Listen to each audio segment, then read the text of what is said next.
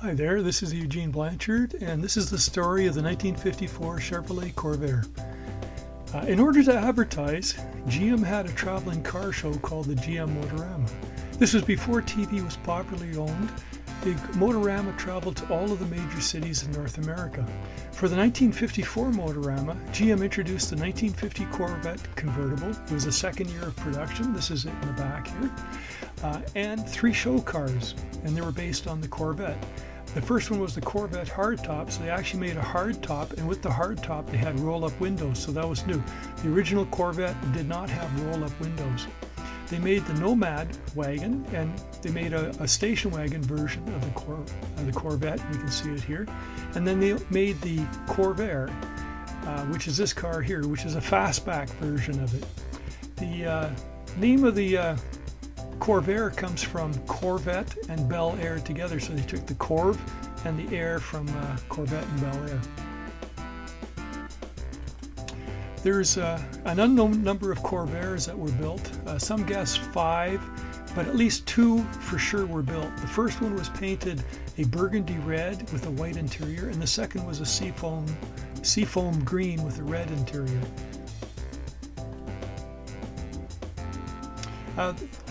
This is GM photo shoots of the car. Very difficult to find these. I've been researching this since the year 2000. This is the burgundy red Corvette. It appears a dark, almost like a black in black and white pictures. So some of these pictures are color, some are in black and white. Now what's interesting is the fastback roof was placed on top of an existing Corvette, and no internal modifications were done to the body. So basically they just took this roof and placed it on. So if you actually looked in the interior, you'd see the original Corvette and the open trunk space. So they didn't do any modifications to the interior. Unique from the Corvair had similar side stainless, but what they did is they had 3 vents here instead of the little flag or wing they had. They also had, on the hood, they had 2 parallel tubular vents running down the middle. We're not sure really what the vents are. There's not very good pictures of it. I have super high res pictures and it just doesn't show the detail. It's been suggested they are similar in design to the later 1966 to 67 Chevelle SS's. Something else is the windshield. Let's see if we can get a picture of the windshield here. The windshield A-pillar is upright, right? So it's upright, and Corvettes in the early, they call it the first generation Corvettes, the pillar is actually at a angle, right? So it's raked at an angle.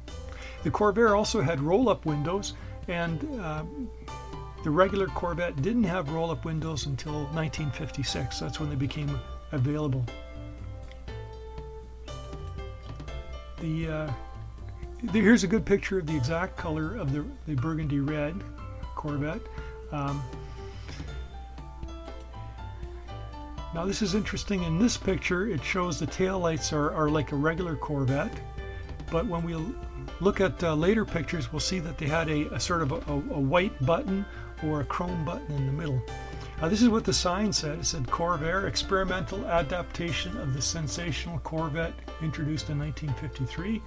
Reinforced glass fiber, plastic body, overall height 51 inches, wheelbase 102 inches, horsepower 150, power glide transmission. So it used the same straight 6 that the regular Corvette used in the power glide transmission. So it was a automatic transmission.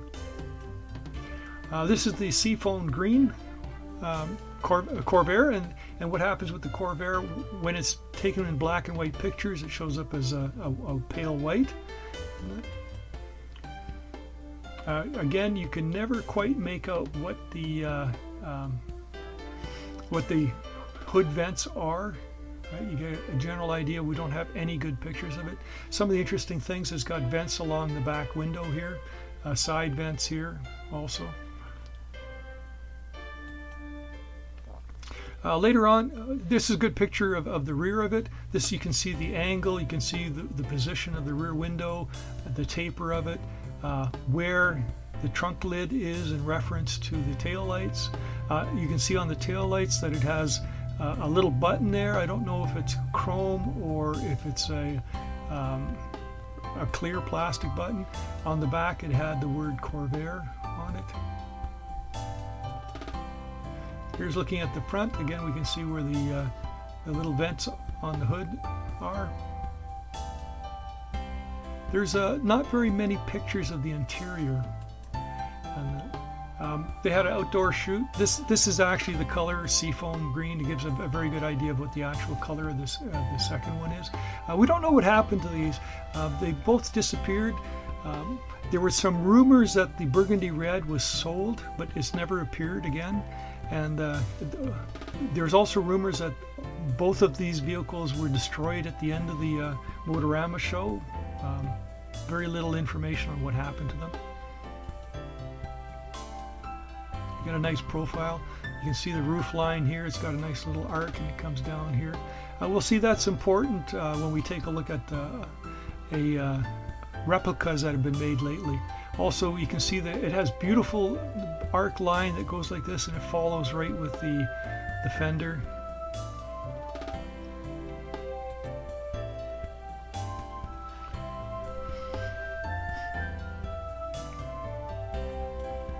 This is pictures of the interior, and I'm not sure if this is the interior of the Corvette hardtop or of the Corvair. The windows seem to be going up straight, so this could be the interior of the Corvette. It's got a little ashtray here, it looks like, and I'm not sure what that is. Very different interior from a regular Corvette. Detail on the door lock. The door lock is very different also. Now this makes me think that this picture is from the Corvette hardtop, because this indicates that it has a removable roof and that. But what's interesting is it had these nice chrome strips, stainless steel across the top with it, so I imagine that the Corvair was finished similarly. This looks like it leans a little bit forward here, so my guess is that this is actually the Corvette hardtop, just looking at it. We can see that the interior is mainly the same as the regular Corvette. Now, interesting, in my research I came across these following two pictures. I was doing research through libraries, and I came across this picture, and then I came across its mate probably 3 months later. So this is a prototype Corvair that was done before the Corvair was. So this is a Corvair soft top or convertible.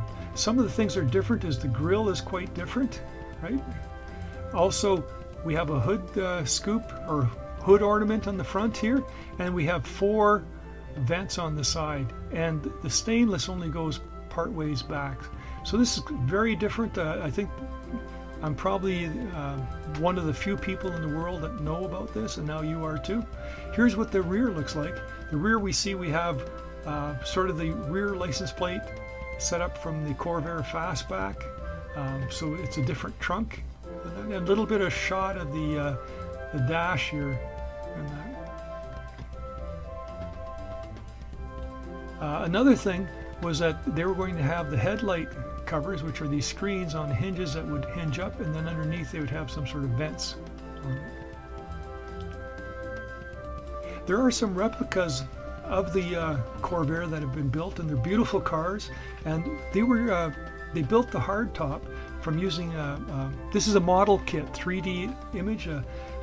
So back in I think of the 80s, a model manufacturer made a model, 1/24 scale plastic model, and they designed it in 3D CAD, and the 3D CAD became available. So the question is, why didn't they build the Corvair Nomad and just leave it at a concept?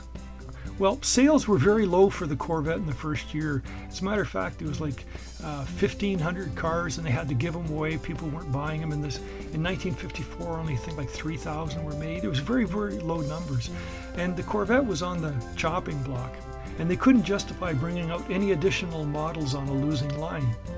In addition, the 1956 Corvette was coming around the corner with a major facelift, and that facelift just didn't work with the Corvair Fastback or the Nomad concepts, which is sad because my personal opinion is that the Corvair is one of the most beautiful cars designed. Thank you.